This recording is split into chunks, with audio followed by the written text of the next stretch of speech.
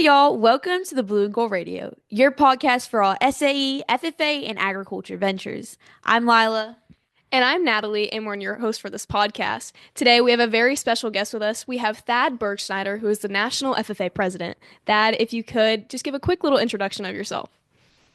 Absolutely. So I'm serving as the National FFA President this year, but back home, I'm from Franklin, Illinois. So very small town, 30 minutes outside of Springfield.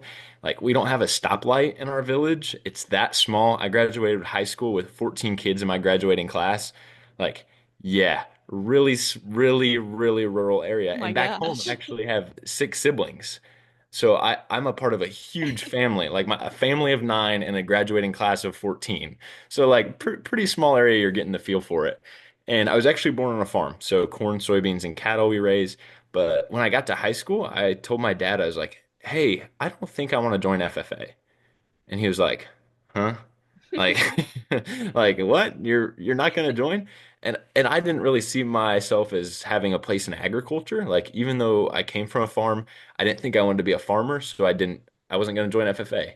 But my dad made me join anyway, and obviously things kind of worked out because I soon found how awesome our organization is, just in the way it brought everyone at our school together, like the community that we were able to build, the community we were able to serve, and that's taken me all the way to here and today. Perfect. Thank you so much. We really do appreciate you being here and telling just a little bit of your story. Of So, course. we started doing this thing where we're just going to ask a quick little icebreaker question. So, what is the favorite place that you've been to, or that you've traveled, or where you plan to go to? Yeah, so me and my brother Luke, my oldest brother, we took a Southwest road trip. So we hit like, I don't know, 5 to 10 national and state parks across Utah. And I mean, incredible trip. But the reason I'm thinking about it right now is because on that trip, I forgot my driver's license before I went to the airport. So I'm kind of having flashbacks. We're traveling to Japan tomorrow, and I'm really scared I'm going to lose my passport. So, like, bad memories of that trip. I got through anyway. I had the best time. The national parks, Arches National Park specifically, if you want to look it up, it's the double arch, and it's like my background on my computer screen. It's just beautiful, but it almost didn't happen because I forgot my license. And tomorrow going to Japan, hopefully I don't forget my passport. Yes, that is a scary feeling, especially whenever me and my teams or chapters go to national convention. That's always a worry. My chapter meets up and we're like, does everyone have their license? Does everyone have everything they need? Yeah. Because that's a big worry whenever we got Well, to do those travels. and if you forget something, it feels like your ag teacher or your brother, in my case, is gonna kill you. Like it, like you're actually scared for your life. Feel Yes, the great. little side eye they give you is never, never nice. Staring daggers. Yes. So we're going to get started with our first question. You touched a little bit about your adventures tomorrow to Japan. So Yep. what are you most excited for your trip to Japan with your national FFA officer team? Great question. So I have an unrealistic answer and I have a realistic answer, and I have to give you both because I'm a little bit of a dreamer and I'm a child at heart, and then I also have like the what I actually want to see. Perfect. So in Japan, there's actually the Future Farmers of Japan, the FFJ, and it was started in the 1950s after World War II.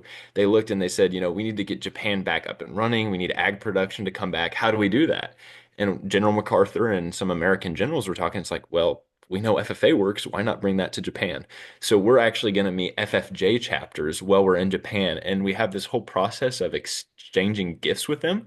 So it's like a one-to-one exchange gifts. You actually give business cards in like a very specific way. So you hold them out and you bow and you read each other's business cards in like a very formal, cool ceremony. And we also just get to hang out with FFJ. So we have a sister organization across the Pacific Ocean that I didn't know about until last week. So that's Wow. one thing I'm pretty excited about. Oh, and the unrealistic thing. Um, so have you watched Karate Kid? Yes. I have never watched Karate Okay. Kid. Phenomenal movie. Lila, you're following with me. And in the movie, like he ends it with a crane kick. You know what I'm talking about? Like he just hits the crane kick. So, I mean, I'm not good at karate. I've never done karate, but like while I'm in Japan, I feel like I need to just like reach the top of some mountain like he does in the movie. And like you're in this beautiful view. And maybe I will, maybe I won't, but like at some point on the trip, need to do a train kick, crane kick just to see if I can do it. And then like the unrealistic part is I do kind of want to climb a mountain and like just get to some really cool part of like nature and landscape. I don't think it's gonna happen and it's not on the agenda, but like I can just feel it in my soul. I mean, I've never heard about the sister organization in Japan. I mean, Yeah. that's super cool, obviously, to know that FFA has expanded into FFJ into Japan and gone international, which I think is just cool in general. And the fact that you get to be involved in that is super interesting. Well, I didn't Um, know either. They told us about the Japan trip and then they mentioned FFJ and I was like, hmm? And like, and then they explained FF it. what? So yeah, exactly. You Exactly. you need to make sure that you take a picture and post it on Instagram or even a reel. You got to do some cool hashtags with that. So, Like an FFA to FFJ, something along Yeah. those lines. yeah, just go Okay. with your Yeah. Karate Kid pose on the mountain. Okay. You can keep me accountable here, Lila. DM me and make sure I'm up to date on my Instagram posts. Well, I can help you out, your little publicist. That would be great, actually. I need that more than you know. It's not an easy task, but hopefully you get to do your Karate Kid kick. I mean, I feel like that's super interesting. Live out a little childhood dream. I mean, who doesn't want to go to the top of a mountain and give a little kick? 100%. So we're gonna go into our next question. So more into your national office experience. What is Yep. something unexpected that you've learned from national office so far? So I'll go a little bit deeper on this one. When I was running for national office, right? Like it was kind of like I thought if I got national office, like then I would be happy and satisfied. I think we all have that one thing where we're like, if I get into law school, if I get into UF, like then I'm gonna be happy. And we know that's kind of a lie because like, there's always something next. But like part of us thinks that, like if I get this big goal, then I'll be satisfied. And after getting elected to national office, like I'm so grateful, so honored, so happy to be in this role. But like I don't wake up every morning just with a huge smile on my face, like nothing's wrong in the world and it's all sunshine and rainbows just because I got elected. And I wouldn't want to, because now it's all about doing like the hard things and getting good feedback and failing at, you know, giving a keynote because I was trying something to try to make it better or running a board meeting and the conversation was tough and it wasn't easy but we kept going forward anyway. Like all good things are tough and all good things you're going to fail at. And so I think the reminder of national office has been that no matter where you get or when you get your biggest goal in life, it's never going to be sunshines and rainbows. And like you just got to keep working and keep moving forward anyway. So a little bit deeper there, but I think that's the lesson that I'm starting to continue to learn or have been reminded of. Oh, definitely. I feel like that hits hard at home for me, especially because me and Natalie both are in a million different clubs and we're trying to Yeah, do as much as we can in our high school career. And both of our goals at the end of this year is to run for state office. And I awesome. feel like a lot of the time we're focused so much on the end goal that we lose sight of the journey, you know? Hmm. So I feel like definitely for our listeners who do want to run, hearing that inspiration, that make sure that it's not all sunshine and rainbows and focus on both the good and the bad side is very important. Yeah. And you really just hit on my workshop, Lila. Like that is the journey is literally like the name of my workshop this year. I mean, I think it technically has a different name, but like just when we're on the road to our goals, like it's who we are along the way, right? And like what we do to get there more than whether it happens or not. So thanks for pointing that out. Yes, sir, definitely. So, our next question for you is how has your leadership in FFA allowed you to connect with farmers, Hmm. ranchers, or other agricultural professionals across the country? Yeah. I feel like in this case, there's so many random people in airports and across the country that like I can just think of by name or picture them. So like when we were on our way to wait, I gotta remember which flight this was. We were going from like Dallas back to Indianapolis, I think. And again, like I say this like I can't remember which flight. I never like flew as a kid or in high school because I had such a Mhm. big family. So like flying on planes multiple times in like a week is now like the craziest thing for me. Yeah. But this is an aside. That's a tangent. I'm coming back. Um, so I'm in the airport and I strike up a conversation with this guy and I'm like, "Nice to meet you, sir. Like, where are you from?" Turns out he has a ranch with cattle in Texas, and he also runs like a trophy hunting for deer like operation where he brings in like hundreds of people and guides them through to get deer in this like 7,500 acre area he owns. And he also runs like fishing chartering out of New Orleans where he has like boats and people go out on deep sea fishes. And like I never would have known this if I just saw this guy in the airport. And his name's Billy Nichols, which is the most like rancher fishing hunting It name I makes think I've ever sense. heard. It makes sense. It's just Billy Nichols. So that was cool. And I also met this student from UC Davis, Akash, and he's studying cell microbiology. And he wasn't in FFA, but now he's kind of in the ag space with microbiology. And he was like, "Hey, you're an FFA. Like I see FFA members on campus. What is it?" It's like that's two reminders to me of the people I meet on the way, like in random airports, the guy who owns a ranch and a fishing operation, and the student who wasn't in ag in high school and then now is getting into it. So Mhm. Billy and Akash to me are just good reminders of the people we can meet along the way. Yeah, for sure. I mean, I feel like just being an FFA in general, you build such a big network with people that you would have never imagined. Like, I mean, there's so many people that I've talked to Yep. that, like, had I just like seen myself 3 years ago, there is no way that I would have had a connection with them or like would have thought the same way that I do now. And I feel like that's the biggest thing about FFA is that you create such a deep connection with people that you could never imagine, and they do so much more than you could even think of. Yeah, and it's all about too like people guiding you into those connections and then you being able to guide Mhm. others. Like I'll always remember being introduced to our director of ag, Jerry Costello, and when I got introduced to him, I was like, "Oh, what?" Like I couldn't imagine it. And then a year later, I'm a state officer, and then I introduced Sophie J from an FFA chapter to meet him, and she had the same look in her eyes. Mhm. She's like, "What?" Like that's what it's all about. Like we get to meet awesome people and then get Yeah. to help other people meet the same people. Like just like you said, I mean, it's Yeah. it's that chain of events and building Mhm. on that. It's always cool to see reactions of like other people and how everybody's like kind of interlinked in a little like in a way. Yeah, It's like, oh, we all have like the same circle, but you would never think of it. 100%.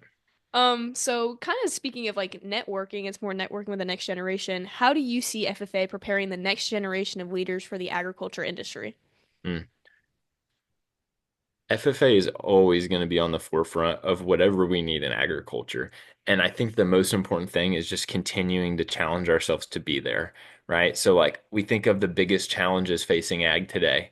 And wherever you're at in the country, you're probably thinking of something different, right? Like, if you're from out west, maybe you're thinking about wildfires that are making ag tough in your area, or droughts, or, I mean, just problems with water in general. If you're in the Midwest, maybe you're thinking about commodity prices, or who knows, maybe you're thinking about technology and how we use technology in ag. So we're all thinking of these different issues, but I think what FFA continues to do is just challenge FFA members and us to be the answer.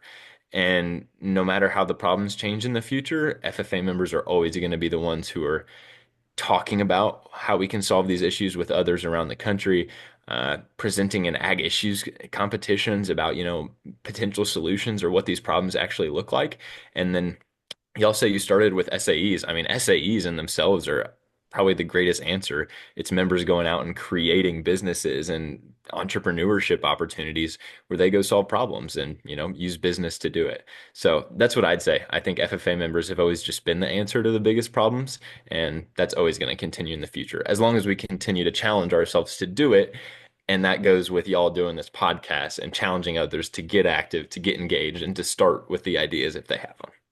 Exactly. Like one of the biggest misconceptions about like thinking about FFA as a whole is that your Hmm. SAE, you can only show a cow, or at least in the state of Florida, Yeah. it's showing cows or just literally cows or pigs. But whenever Hmm. we're able to open that door open, that makes sense.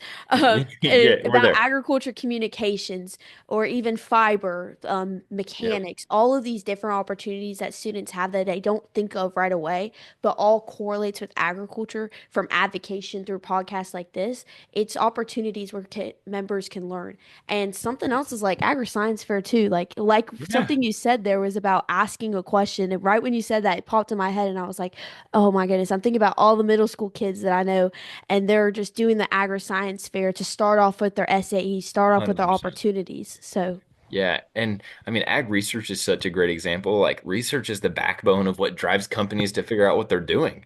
And so, challenging middle schoolers and high school students to start that, to come up with a great hypothesis and to test it, like, that's awesome. And then another quick SAE example, but I was taking my shower this morning, and instead of using a washcloth, I use a loofah, and it was grown by an FFA member in the area, whose dad works at the FFA center. So, like, another cool SAE example, like, that's not showing a pig or showing a cow, which great projects, been there myself.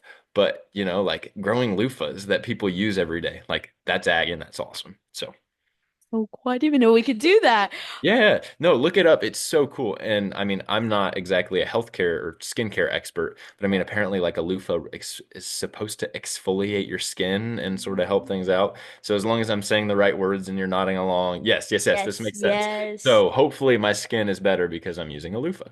Cheers. Exactly. Results are gonna happen. Results are gonna happen. Yes. So I love those answers. So our next question for you is going to be, how do you balance representing thousands of members while staying true to your personal values? Hmm. That's a tough one, right? Like I I'm know. still wrestling with that question. So I think I'm gonna give you the two thoughts that are popping into my head. The first is like at times whenever it demands it, I will always defer to what our over 1 million members need. And sometimes that requires me to take my Thad hat off and to just be thinking about, like, as a national organization, what do we need from where all of our members come from, where everyone's at? Like, what do we need as an organization, and how can I put us in the best spot to be there? And whether that's in, a meeting, when writing a keynote, maybe shifting outside of myself to think about others' needs. But I truly believe that the best way you can serve others is by being yourself. Like, that's it. That's all you can do. Like, I can only be the best Thad can be, and that's all. That is my full potential. So sometimes you have to focus on others first, but the way you can focus on others and deliver to others, I think, is by telling your goofy stories that make you you, being interested in the things that you're interested in, talking to the people that, really draw you in because it's those interests, it's those passions, it's those talents that make us special. And when we tap into those, that's when we deliver something special to the world. So that's kind of a convoluted answer. Like I'm saying two things at once, but I'd say you just have to be you in order to serve others the best. But there are some times too when you have to be ready to think outside of yourself. So, a little bit No, of a I, convoluted I think answer, it's a good but answer, yeah. I'm still Like learning. it's like being selfless while still being yourself at the same time. But I think part of being selfless is understanding that you have to not give up a part of yourself, but kind of just be yourself, but kind of and more, and being able to think about other people around you. Because I think you kind of have to add that to your personality, which can be part of yourself, as being able Yeah, to interact with other people and talking to other people while not putting yourself first. And I think yeah, that's how they can like kind of coincide a little bit because I mean, something that I think I've said on this podcast maybe a million times at this point is that I try to be 100% myself in every single yeah, situation. Like whenever we started the podcast, I was like, I'm gonna make a little joke, or I'm gonna say this, or I'm gonna say that, yeah, and I'm not gonna care that much because it truly matters, and I'm myself, and I'm not yeah, trying to put on a fake persona. And that's the biggest thing that I try and tell other people, either if I'm at church or I'm at school or just in a yeah, random FFA contest. I'll be like, be yourself. That's like the only yeah, advice that I'll give. I'll just like, be yourself. Don't think about anything else. yeah, And I feel like that's something that people take advantage of sometimes. yeah. They'll be like, no, no, no, I am being myself. But then like they'll think back on it. They're like, I probably wouldn't have normally reacted like that, or I wouldn't have that same answer.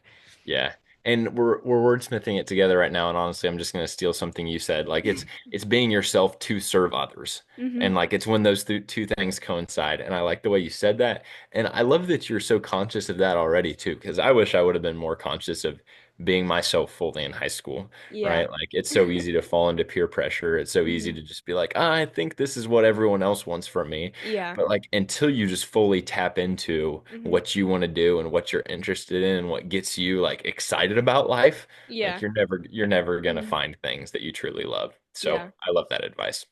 I mean, I think it's just like making that switch because, like, obviously, like, Yeah. I've met people, and I'm not gonna say that it's easy to be able to tap into that because obviously it's taken me a while to get into that mindset. So I'm like, Hmm. it's not, it's a difficult process to change your mindset a little bit, but it's the results that you get out of it are so important. And I feel like it truly changes the way that you view not only your life, but like the lives of others and who you're impacting. Yeah. So, kind of not as related, but what is your biggest accomplishment while being in the Blue Jacket? I'd say it's not my biggest accomplishment by like anybody else's standard, right? Like no one is gonna look at this and be like, that, like this was your absolute best moment. Like this is when you accomplished everything. This is where you left the greatest impact. But I think my greatest moment in the Blue Jacket was kind of where when I wore a purple one. So I don't know if you saw election photos, but like when I got elected, I was wearing my dad's jacket, that he wore as an FFA member. And I think making that decision kind of like personified, if that's the right word there, who I am. Like the first FFA jacket I ever wore was my dad's jacket because I didn't have one and I was unsure of my place in the organization. And then when I got elected, I decided before that session, before I got elected, I was like, I'm going to wear my dad's jacket because if it was my first, I want it to be my last. If I don't get elected, and then it turned out I got to wear that jacket on stage. So like I just say that wearing that jacket is a reminder that like my journey took a lot to go from, being a kid who didn't want to join FFA to being a kid who's now representing FFA and then like also holding that legacy for my family and for people in my community and for hopefully every student and member out there who doesn't feel like FFA or agriculture is for them. Like hopefully that's a reminder that I didn't either, and I wasn't always in a blue jacket. I was sort of wearing a purple one. So there's always a path and always a journey out there. I remember that moment whenever I saw you running on stage. This year I had the honor to serve as a delegate with Florida FFA, and we were Oh, like okay. in the second row, and I remember seeing a purple jacket run on stage, and all of us looked at each other and I was like, that's so cool. And we were all like, was that his dad's? Whose jacket is that? And upon like going on Instagram and looking at it and inspecting it and seeing different stories that people posted about you, obviously, hearing the story about your jacket really inspired me because I feel like the first jacket you get, you'll never forget it. Yeah. And the Uh, first jacket having sentimental value, especially as your dad's, it's so sweet and nice to hear about. yeah. And to go back to what you said earlier, Natalie, I think it's like it's those moments where you just do what feels right to you. And like, cause no one told me like you should wear your dad's jacket. I didn't know that was a thing. Like I didn't, I was honestly nervous because I was like, I don't know if I'm allowed to do this. Will someone tell me to take this off? And that's kind of weird looking back on, but it was like, I'm not actually wearing a jacket that says my name, but like it felt right. Like it felt right to honor my dad, to honor like my journey in that way. And so like when you make those decisions that just feel right to who you are, like, yeah, that's what sticks with you. You're staying true to yourself, just as like with one of our last questions, it was you're Yeah. representing the million, but overall you're staying your true self, which is representing everyone and showing them your real self. Yeah. And it's been a while since I've thought about that moment. So thanks for bringing it back and helping me honestly like process back through it because that's cool. And I was kind of checking my closet. I was like, wait, do I have that jacket with me? I was like, no, it's back home. So I'm sorry I don't have the visual. It's okay. So going into some goal setting, a lot of these Ooh, things of okay. being yourself, staying true, could you share some goals that you aim to achieve during your term as the 2025 National FFA President? So if you go back and you watch one of my like I call them thoughts with ads, it's kind of goofy. We might need to come up with a new name for it. On my Instagram, I came up with some goals for the year. And I struggle with New Year's resolutions. Every year I do because I try to have huge audacious goals and then I honestly get like worried and constantly fretting that I'm not achieving them and then I'm like I need to get there. And so this year I decided to kind of scale back the goals and just like do the small things that I know if I do, I'm gonna be doing a good job. Like that, challenging myself to be my best, I guess is where we're coming back to. So for me, I'm a huge reader. I have to have a book in my hand all the time. Like I have to have something I'm reading, or else like when I'm not thinking about something else, I'm thinking too much about my life and criticizing Yeah. myself and all that. So I decided like I'm gonna read a book every month, or I'm always gonna be reading a book. Like I'm always gonna have something I'm reading. And then I decided that I'm gonna try to call my family every week and try. We're on so far. I think I slipped up like the first week, but then like FaceTime my family every week, remind me, where I'm from, what this is all about, and that's back home and my siblings. And then now I'm really thinking back to that Instagram post, and I'm like, what was my third goal? Because I know I had it written down on a piece of paper. Um, I'm gonna have to rewatch the video, and that's kind of embarrassing. But my goals are, and I'm honestly gonna find it right now, and I'm gonna look at the caption. But I mean, my goals this year, I tried to make the decision of making them small things that are challenges to just make me the best person I can be. Yeah. And I know that when I'm the best person I can be, then the results come for Mhm. National FFA, for my teammates, for every single member I meet. Like that, when I'm Yeah, my best, I serve other people my best. And that's going back of to what course. we said earlier. Oh, yes, that was it. That's why I forgot about it. So my third goal was actually to post thoughts with Thad. Because if you can tell, Oh. yes, that's why I was tripping up. So if you can tell, I'm not good at social media. Like I'm not. Like I missed y'all's DM to do the first podcast and I had to come back and be like, this day would work. Like it's not only that I'm not good at it, but like when I spend too much time on TikTok or on Instagram Reels, like it's the brain rot. And I'm like, Yeah. in order to be my best, I have to stop spending so much time on those things. So then Hmm. I cut down on that and then I'm not on social media even more. But my goal was like, Thad, you have 1 year as National FFA president. You need to do your best job of connecting with everyone, which is Hmm. through social media and being yourself. So it's like I hate posting because I hate taking pictures sometimes and having to scroll through them. Me And I too. don't like writing. Thank you.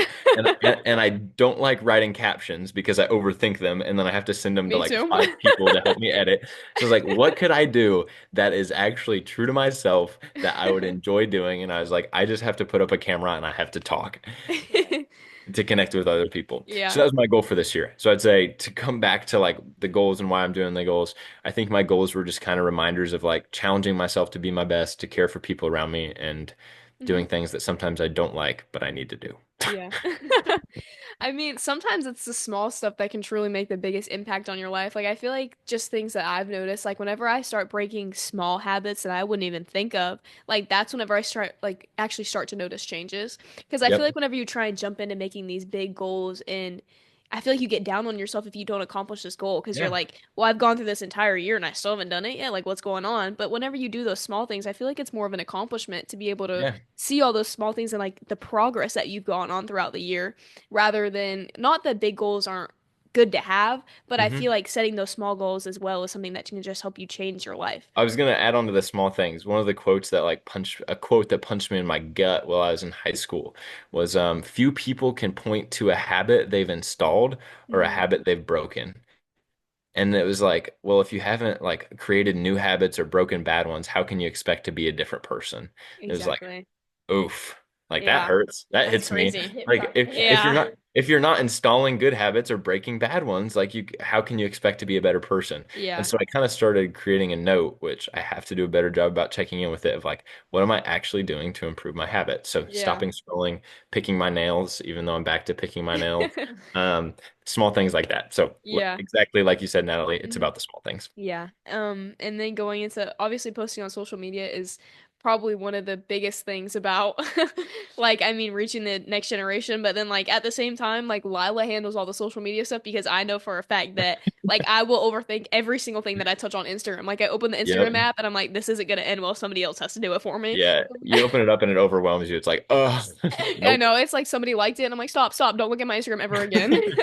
And it's like Yeah. we know our strengths and weaknesses because I could not sit down and edit these videos because I always have the crazy ideas that I want to add in like sounds. And Natalie's like, maybe not this time. Yeah. But But yes, that's perfect teamwork, right? Finding what you're good at, finding what you're not, and then it creates an even better product. So I love it. Yeah, of course. So now we're going to go into our final question is what is one piece of advice that you'd like to share with our listeners? I would say try everything. And not only try everything, but like make it a goal to fail at something just so you say you tried. Like seriously, like I wish I would have tried an off the wall SAE idea, like growing loofahs, just so I could look back and say like, man, I completely failed at that, but at least I tried. And like um I'm not saying don't be disciplined or committed because once you find your thing, like that's what FFA is all about is record keeping and staying true to what your mission is, what your purpose is, and following through. But like, I wish I would have tried more things. Like, I wish I would have got into research. I wish I would have, tried tried that CDE that I'd always thought a little bit about, but it was like, I don't know if we can get the team together at the school. Like, whatever is bouncing around in your brain is maybe like I should try that. Like, do it. Absolutely. And even if you fail at it, at least you know you did it. So that would be my piece of advice looking back. definitely. I love that idea. Or not the idea. I love that piece of advice for our listeners to try everything. I think, isn't that a song from Shakira? Sorry, Is my it? brain's I love Shakira. So you're bringing up sorry. Right when you said try everything, I was thinking straight about that song, and I was like, oh my goodness, that's such the vibe right now. Yeah. But Yes, exactly. So trying everything. I feel like whenever me and Natalie meet anybody, like that's one thing that we like talk to them about is we may not know exactly what we're talking about all the time, but Yep. we're there to help you. And especially like in situations like National FFA officers, they're there to support you and be that encouraging person to tell you to try everything. Yeah. Do that scary thing, step outside of your comfort zone. And it can be scary at times. Yeah, and if it isn't scared, like you're not doing it right. Like the great things, the cool things, like they're gonna be scary. Starting this podcast was probably very scary for both of you, but it's all about doing it anyway. And on the Shakira note, maybe I'm airing a little bit of my dirty laundry here that shouldn't be known, but on my way into interviews for the selection process for national office, I listened to Hips Don't Lie on my way into the room every single morning. I Like, mean, don't. if it works, it works. I If it works, mean, it works. I mean, there's a method to the madness. Yes. it's We just a might have to legendary use that song. I life can't help hack. myself. Yeah. I would be lying if I said that whenever we first started this podcast, I wasn't horrified. Like when I Yeah, went to like click that publish button, I was like, what are we doing? Why did we do this? What Did are I they do it gonna right? What are they say? gonna say? Are they gonna like it? And I feel like now I'm just like, well, I mean, if they don't like it, they don't like it, but I'm still gonna post it anyway. But yeah, I feel like that's just the biggest thing is once you get used to it and you get into that habit, like it truly becomes an impact on your life that you wouldn't even begin to think about. yeah. And for any athletes out here, I feel like you'll especially resonate with this. But like, I liked playing sports in high school, and I like lifting weights a little bit. But then my like weightlifting coach, Mr. Graven, or Coach Graven, really, and Coach Graven would talk about weightlifting and say like, guys, I don't know if you know how muscle is built, but here's what's wild: when you work out, what you're actually doing is you're ripping, you're literally tearing your muscle. And then it's when muscle tears that it actually can like regrow and come back stronger. So like remember that you got to break first to be stronger. And that kind of stuck with me, not as only like a weightlifting thing, but just as a life thing of like something's got to break, something's got to tear, something's got to hurt and be hard in order for you to actually like improve and grow. So exactly what you're talking about, like Yeah. being scared to hit the publish button, but doing it anyway. And that built what you're doing today. So That was put very well. I love that. Your coach is very wise, um, with saying that. But yeah, this whole episode has been really nice. A lot of reflection, a lot of ideas spilling, and a lot of inspiration, I feel, from hearing from you. And it's just so nice to hear your words and listening to you talk because you're just so calm in the way you do things and so genuine. So, hey, I appreciate it. And honestly, I've just had fun. Like this is what I love interviews to be is when, like we're interacting and then y'all can help me like form an idea and I can really just take ideas from you because you're also like so brilliant talking about being authentic, staying true to yourself, talking about how you started to the podcast. So, Lila, Natalie, you've got something really cool going on here. So, listeners, stick with them. You've got a good thing going. yes, Thank sir. you. Thank you so much. With that being said, I believe we concluded the third episode of season 2 of the Blue and Gold Radio. Thank y'all all so much for tuning in. And you guys can check us out on YouTube, Instagram, and all of our different types of platforms. So thank y'all so much for watching. Bye. Bye. Bye.